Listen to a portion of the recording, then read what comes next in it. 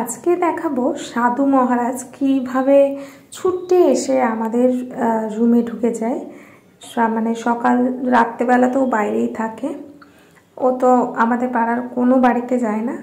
যেই দেখে মানে দরজার আওয়াজটা এত নিখুঁতভাবে চেনে, যেই দেখে যে অমনি আমরা দরজাটা খুলেছি, ওরকম পুট করে এসে এরকম আমার পাপোশটার ওপরে এসে শুয়ে পড়বে। আর আজকে তো ওকে এত কিউট লাগছিল, প্রথমে তো যেন মনে হচ্ছিল আমার আলমারিটাকেও কোল বালিশ বানিয়ে ফেলেছে। যদিও আমি সেই ভিডিওটা তুলে ধরতে পারছিলাম না, কারণ তখন তো আমি হাতের সামনে মোবাইলটা পাইনি। আর এখন দেখো, কেউ বলবে যে এরা এত কিউট হয়, মানে এত ভালো লাগে যখন ঘুমায়, কত নিষ্পাপ। আর ও ঠিক এসে এখানটায় শুয়ে পড়বে, অর্ধেক শরীরটা খাটের তলার নিচে আর বাকি মাথাটা এরকম এখানে। ও যেন আমাদের বাড়ি এসে অদ্ভুত শান্তি পায় ঘুমানোর জন্য। আর সকালবেলার খাওয়াটাও আমাদের বাড়িতে এসেই খায়, বিস্কিট হোক যাই হোক।